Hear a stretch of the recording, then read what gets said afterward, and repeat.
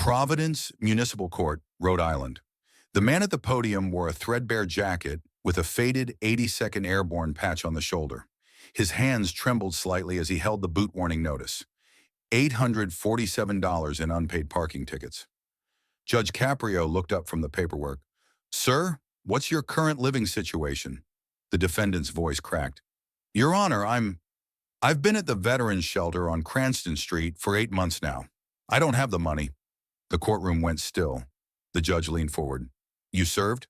"Yes, sir." "Army, 2 tours in Afghanistan." The man's jaw tightened, fighting to maintain composure. His eyes stayed fixed on the paper in his hands. Judge Caprio set down his pen. The clerk glanced at the gallery.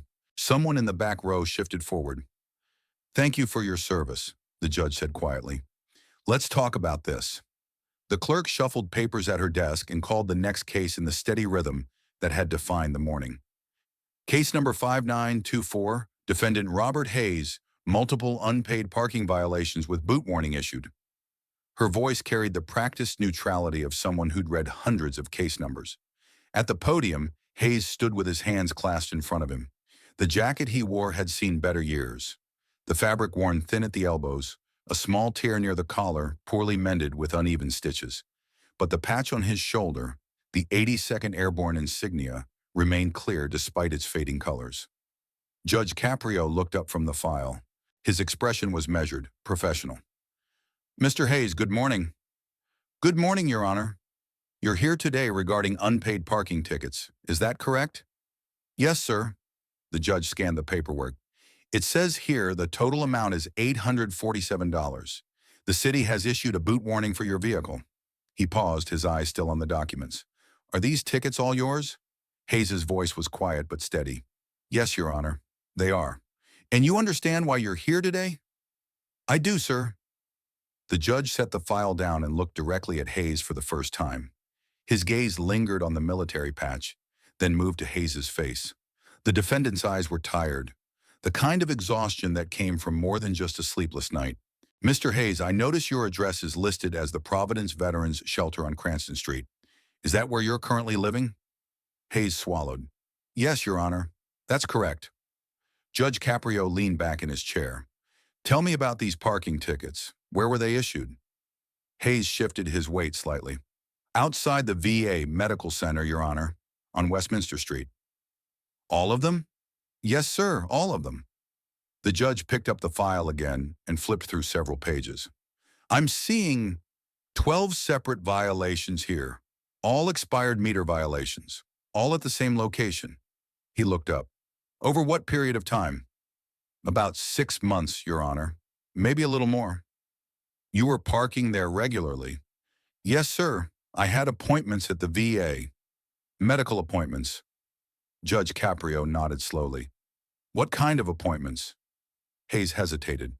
His hands gripped the edge of the podium. "Mental health, Your Honor. PTSD treatment. Therapy sessions." The courtroom was quiet except for the soft hum of the ventilation system. Someone in the gallery coughed. "How long were these appointments?" the judge asked. "They varied, sir. Sometimes an hour, sometimes 2, 3 hours. The sessions would run long sometimes, and He trailed off, then continued. "I didn't always notice the time. You were focused on your treatment." "Yes, sir." Judge Caprio made a note on the paper in front of him. "And the car. Do you still have the vehicle?" Hayes shook his head. "No, Your Honor. I don't have it anymore." "When did you lose it?" "About 4 months ago." The judge's pen paused. He looked up again. 4 months ago. But these tickets span 6 months." "Yes, sir." "So some of these tickets came before you lost the car, and some after?" Hayes's jaw tightened.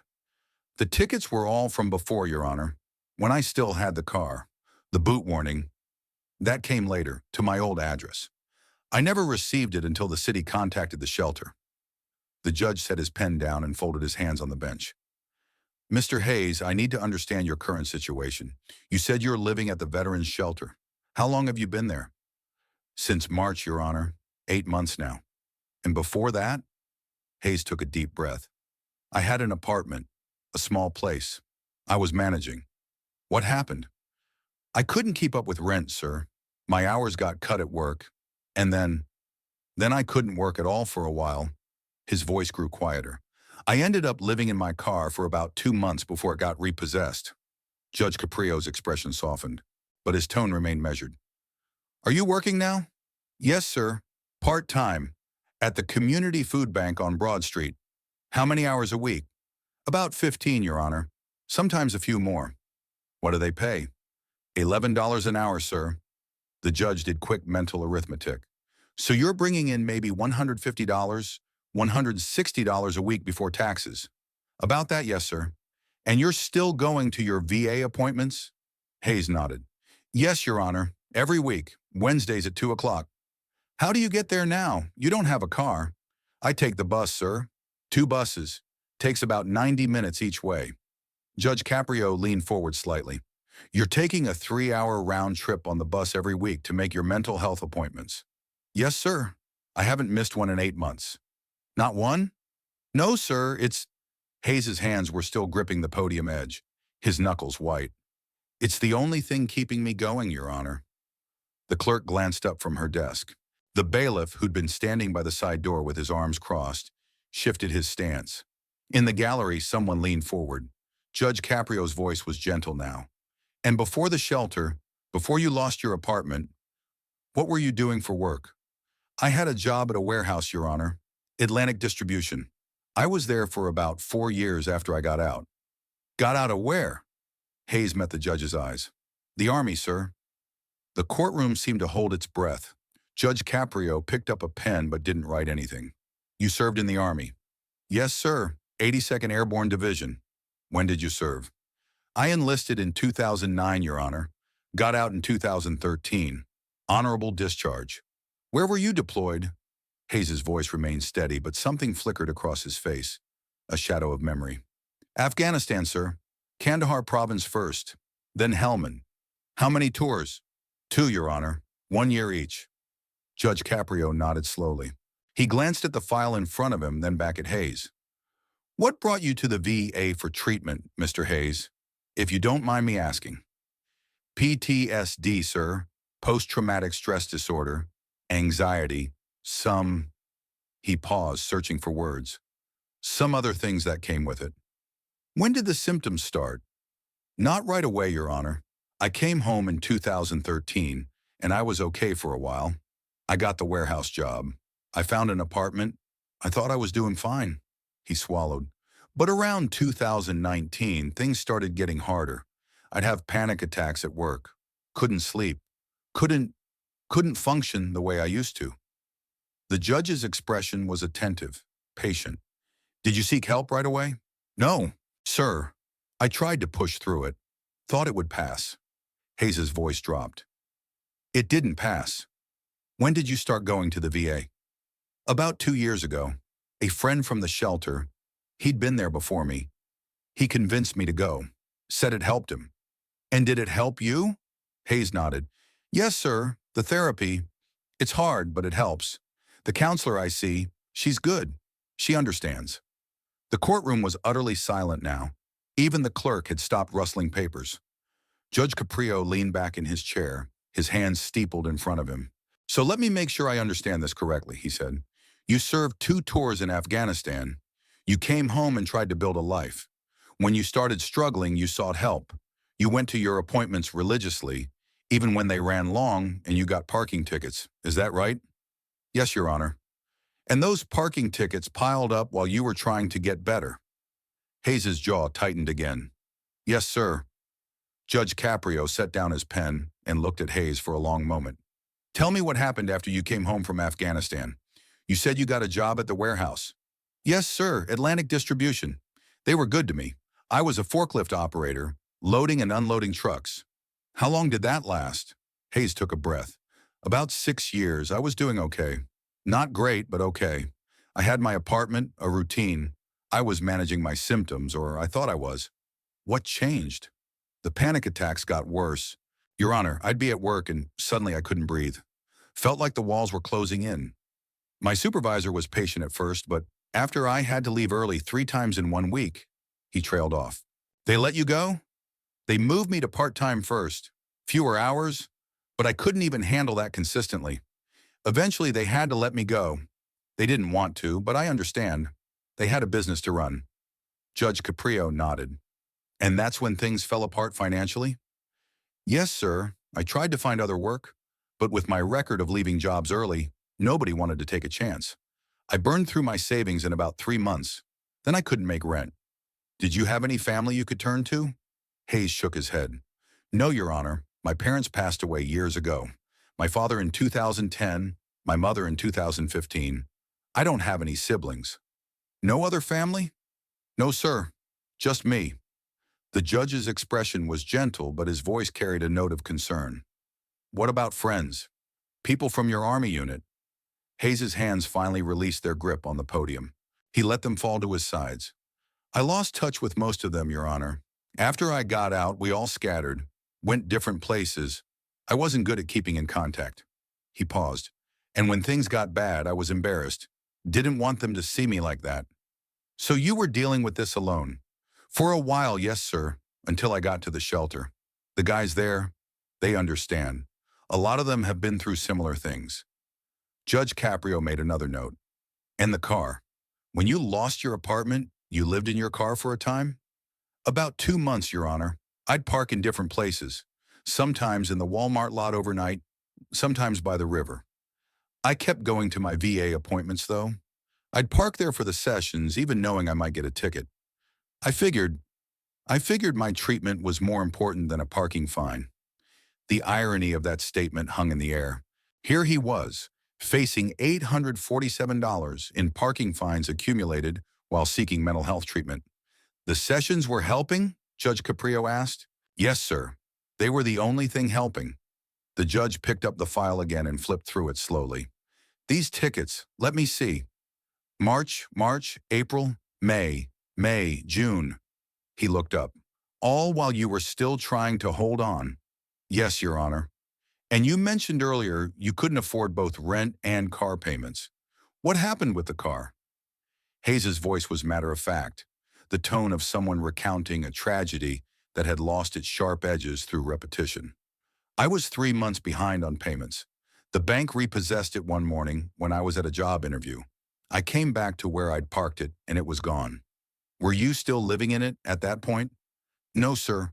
I'd gotten into the shelter by then. The car was it was the last thing I had from before. When that went, I knew I'd hit bottom. Judge Caprio was quiet for a moment, but the tickets had already been issued. Yes, Your Honor, all of them were from before the repo. But I never got the boot warning because it went to my old apartment address. The landlord there, he didn't forward my mail. I didn't even know the city was looking for the car until they contacted the shelter about a month ago asking if I had a current address. That's when you found out about the boot warning. Yes, sir. And the total amount? Hayes nodded.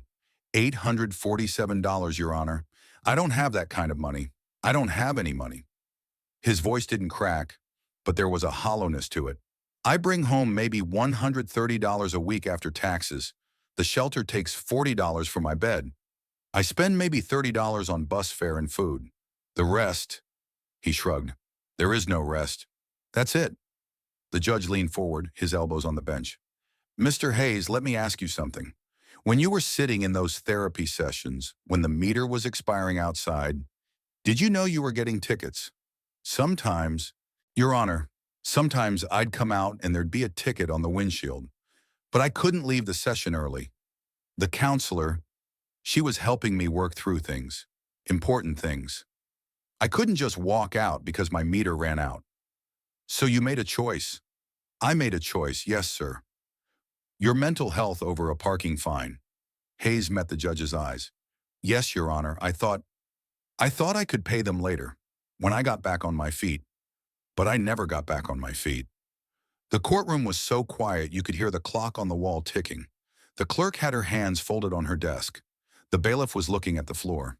Judge Caprio nodded slowly. And you're still going to those appointments, even without a car, even with a 3-hour bus ride? Yes, sir, every week. Why? Hayes's voice was soft. Because if I stop, Your Honor, I don't know what happens to me.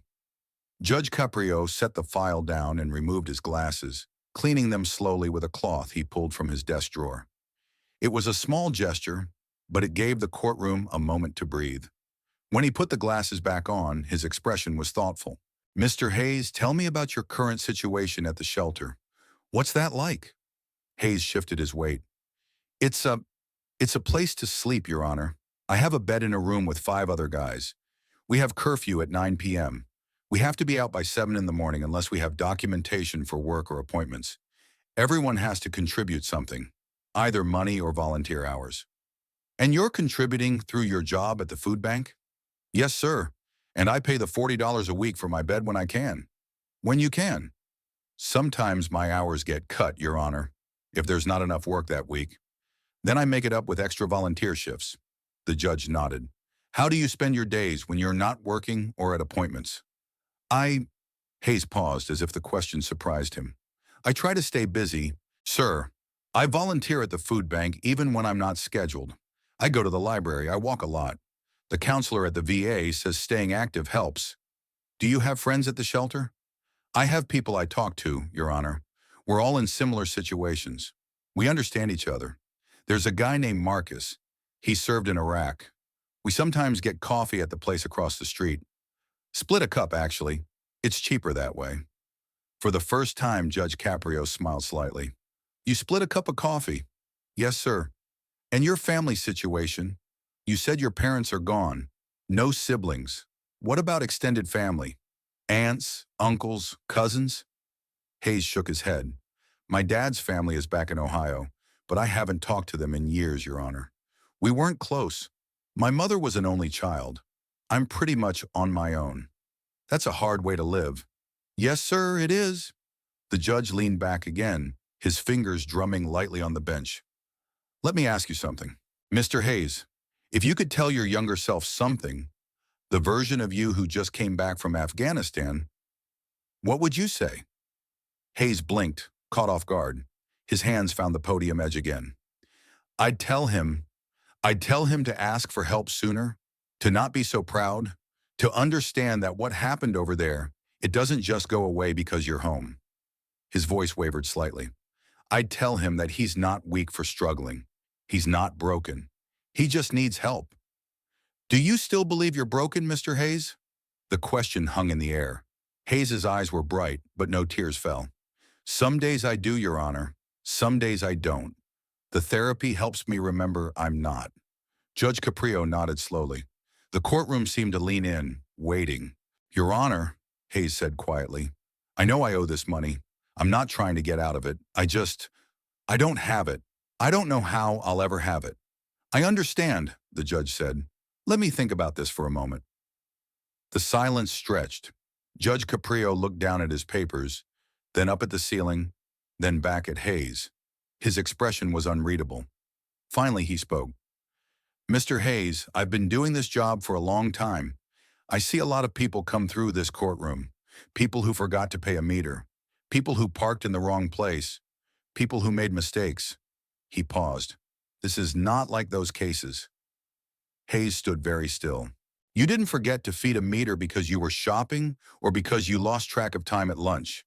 You were attending medical appointments for service-connected injuries. You were seeking treatment for PTSD that you developed while serving your country in a war zone.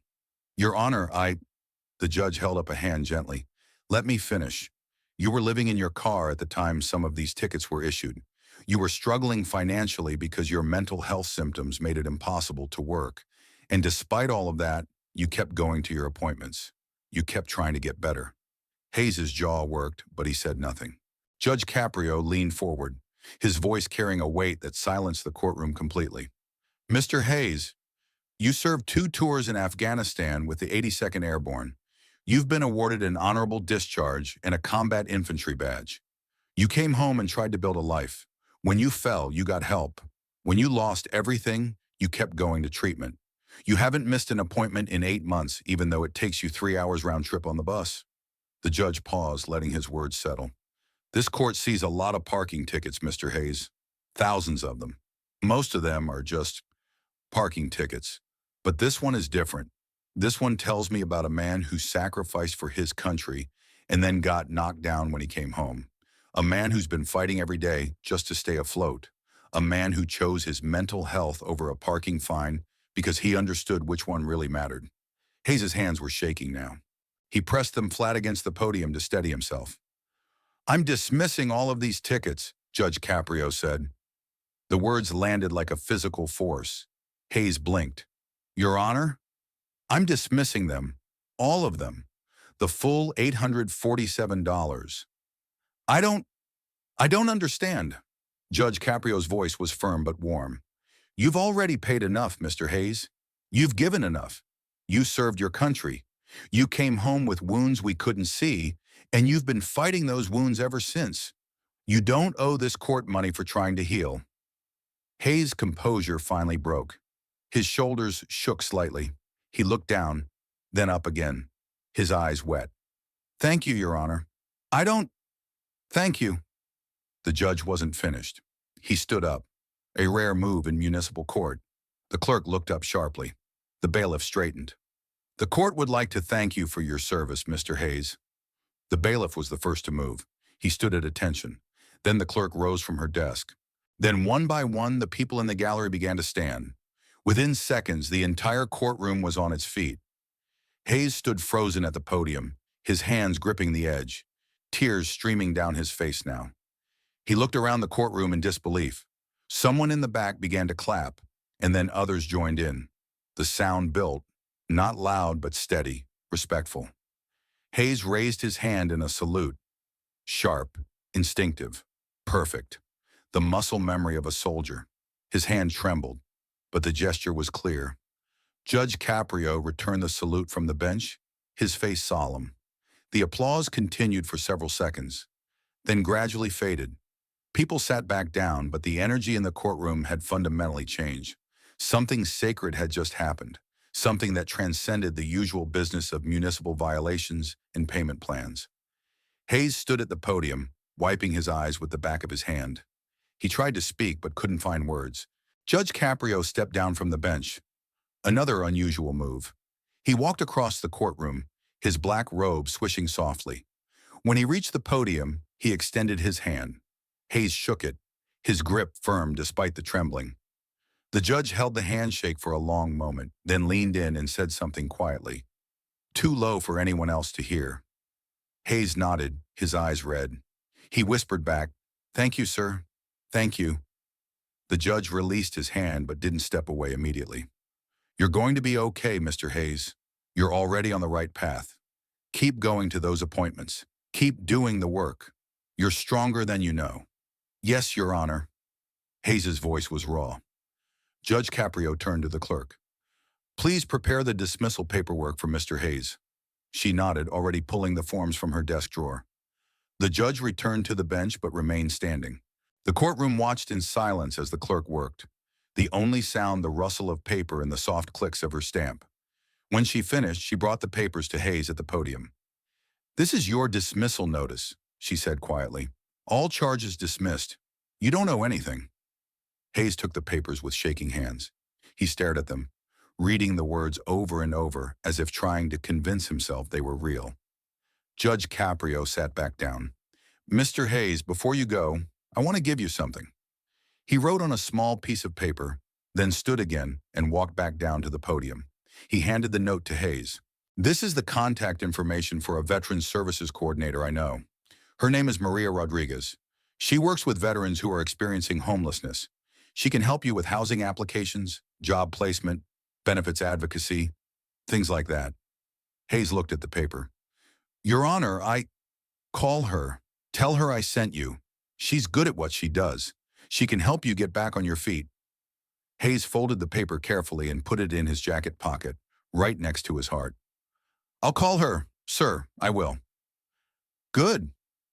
There was a long pause.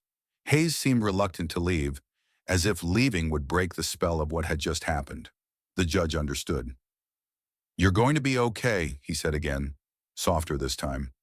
"This isn't the end of your story. It's just a chapter, a hard chapter. But you're writing the next one right now." Hayes nodded, unable to speak. He gathered his papers, including the dismissal notice, and held them against his chest. "Thank you," he finally managed. "Thank you for seeing me." Judge Caprio's voice was gentle. We see you, Mr. Hayes. This courtroom sees you. This city sees you. And we're grateful for your service. Hayes nodded one more time, then turned to leave. His steps were slow, deliberate. When he reached the courtroom door, he paused and looked back. The judge was watching him, a slight smile on his face. Hayes raised his hand in a small wave, almost childlike in its simplicity. The judge nodded in response. Then Hayes pushed open the door and walked out into the hallway, standing a little taller than when he'd walked in. The courtroom settled back into its routine, but the atmosphere had changed.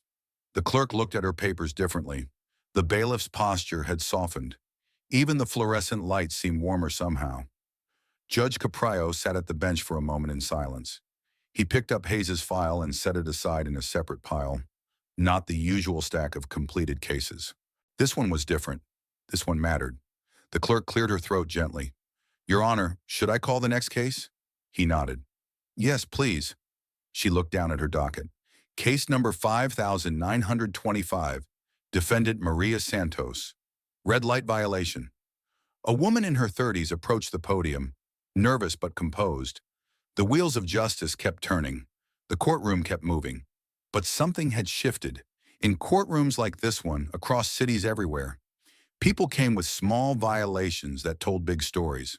A parking ticket wasn't just about a meter. It was about a single mother working 2 jobs who lost track of time at the grocery store. A red light violation wasn't just about running a yellow. It was about rushing to a child's emergency room visit. Every citation, every fine, every case number, they were all attached to human beings with complicated lives. Judge Caprio understood this. It was why he asked questions. It was why he listened. It was why he saw people, not just violations. As the next defendant began to explain her red light ticket, the judge's mind was still partially on Hayes, a homeless veteran facing $847 in parking fines. A man who'd lost everything but kept showing up for therapy appointments. A soldier who came home wounded and spent years trying to heal. The system said he owed money. The law said he'd violated parking regulations. The rules were clear, but justice, real justice, was something more than rules. It was seeing the full picture. It was understanding context. It was recognizing that sometimes mercy was more powerful than punishment. Hayes would leave this courtroom today with his fines dismissed and a phone number in his pocket. Maybe he'd call Maria Rodriguez. Maybe she'd help him find housing, find better work, access his VA benefits more fully. Maybe this would be the turning point. Or maybe it wouldn't. Maybe Hayes would continue to struggle. Maybe the road ahead would be just as hard as the road behind. But today, in this courtroom, he'd been seen. He'd been heard. He'd been honored. And sometimes that was the beginning of everything. In the hallway outside the courtroom, Hayes stood for a long moment with his back against the wall. His hands still clutched the papers. The dismissal notice and the small piece of paper with Maria Rodriguez's phone number. He read the dismissal notice again. All charges dismissed. Total amount owed, $0. Zero. Nothing. He owed nothing. The weight he'd been carrying for months, the weight of those tickets, the accumulating fines, the boot warning, lifted. Not all the weight. He still had his struggles, his PTSD, his homelessness, but this particular burden was gone. He pulled out the other paper. Maria Rodriguez, Veteran Services Coordinator, a phone number, an email address, a note in Judge Caprio's handwriting. She can help. Call her. Hayes folded both papers carefully and put them in his inside jacket pocket, the one that still zipped properly. He would protect these papers the way soldiers protected important orders. They were his mission now. Through the courtroom door behind him, he could hear the muffled sound of the next case proceeding. Life went on. The court moved forward. But for Hayes, time had stopped briefly. He needed a moment to process what had just happened. A stranger had shown him dignity. A judge had looked past the violation and seen the person. An entire courtroom had stood in his honor. He hadn't felt honored in a very long time. Hayes pushed away from the wall and walked down the corridor toward the exit. His steps were steadier now. The papers in his pocket felt like a promise, not a guarantee. He was too experienced in disappointment to believe in guarantees, but a possibility. Tomorrow he would call Maria Rodriguez. Tomorrow he would start the next chapter that the judge had talked about. But today, right now, He would walk back to the shelter with his head up. He pushed open the heavy courthouse doors and stepped out into the Providence afternoon. The January air was cold, but the sun was shining.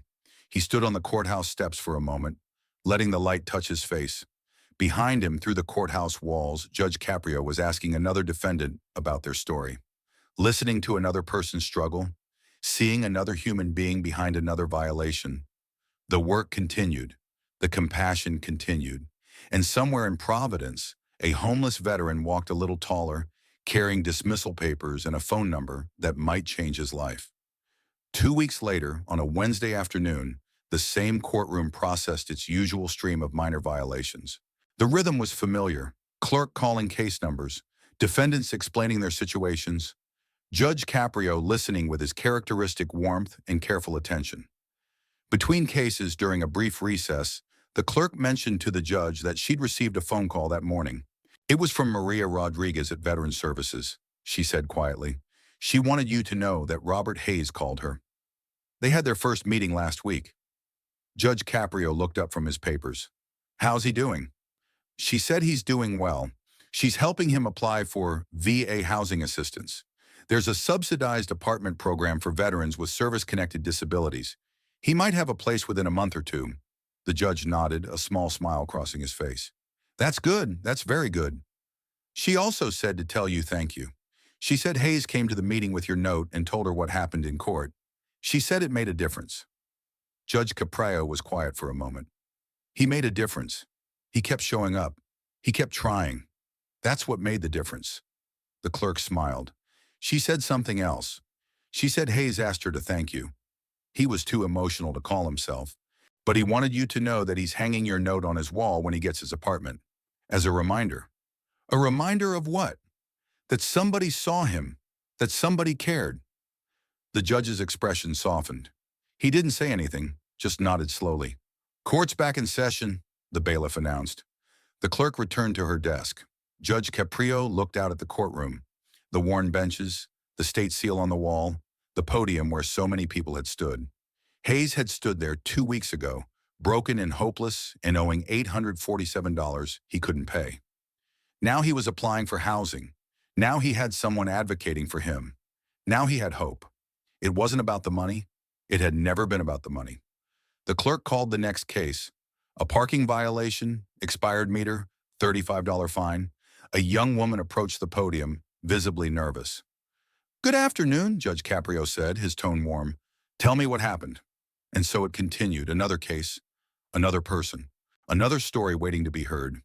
In courtrooms like this, justice wasn't always about the law. Sometimes it was about compassion. Sometimes it was about seeing past the violation to the human being underneath. Sometimes it was about remembering that everybody deserves dignity, especially those who've sacrificed everything. The work of the Providence Municipal Court continued long after Robert Hayes walked out its doors. Every day brought new cases, new people, new stories, some funny, some tragic, some mundane, each one a small window into someone's life. Judge Caprio had been on the bench for decades. He'd seen thousands of violations, heard tens of thousands of explanations.